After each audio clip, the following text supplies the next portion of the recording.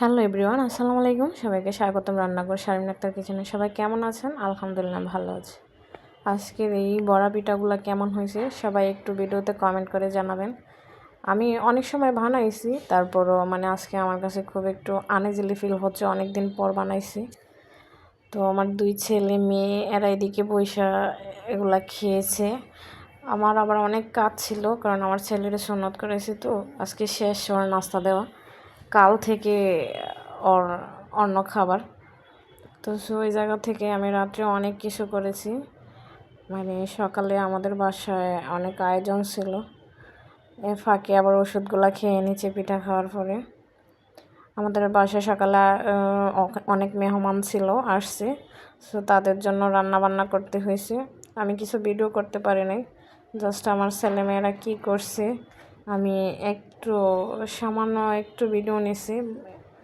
খালি আমি গরুর মাংসটা যে মলিদা করছি ওই ভিডিওটাই নিছি, এর বেশি নিতে পারি নাই। এদিকে যা মশলা দেওয়ার ছিল সবগুলো একসাথে দিয়ে দিয়েছি, দিয়ে আমি ভালোভাবে এগুলাকে মেখে মলিদা করে নিচ্ছি। আমার মতো কারা এভাবে একসাথে সবগুলা মেখে মলিদা করে তারপরে কড়াইয়ের মধ্যে বসান, আমার একটু জানায়েন।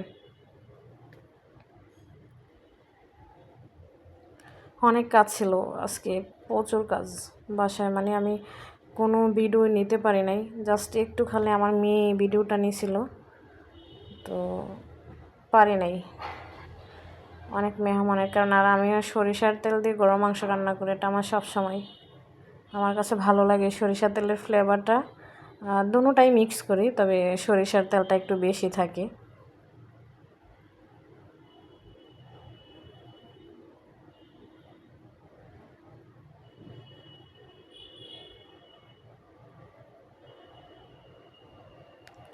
সবাই কমেন্ট করে জানাবেন আজকের ব্লগটা কেমন হয়েছে।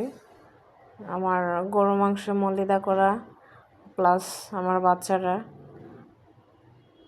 কেমন লাগছে আপনাদের কাছে কমেন্ট করে জানায়েন।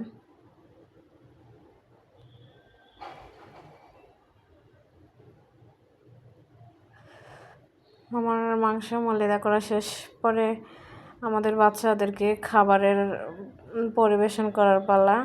ওকে আমি একটা আস্ত মুরগি দিয়েছি, তারপরে ডিমের কোরমা দিয়েছি, রোস্ট দিয়েছি, গরুর মাংস দিয়েছি এদিকে।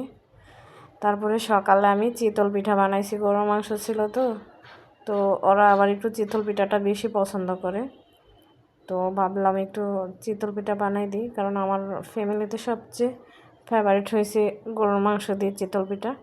কার কার ফেভারিট একটু জানায়েন, আর ভিডিওটা কেমন হয়েছে অবশ্যই ভিডিওতে কমেন্ট করে জানায়েন। আরও এরকম নতুন নতুন ভিডিও পাওয়ার জন্য সবাই অপেক্ষা করুন, এবং যদি ভিডিওটা ভালো লাগে লাইক কমেন্ট শেয়ার করে দিবেন। আর আমার নতুন বন্ধু যদি হয়ে থাকেন চ্যানেলটা সাবস্ক্রাইব করে দিবেন।